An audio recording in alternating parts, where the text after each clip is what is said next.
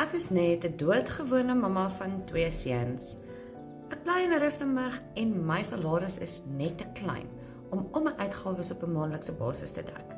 Ek het nie eers 'n ekstra geldjie om my familie net vir 'n naweek weg te vat nie. So ek wou net iets meer gehad het.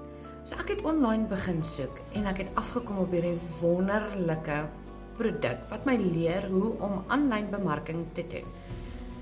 So weet julle wat? Dit gaan my lewe verander. Binnekort kan ek my hele familie of my gesin se lewens ook verander.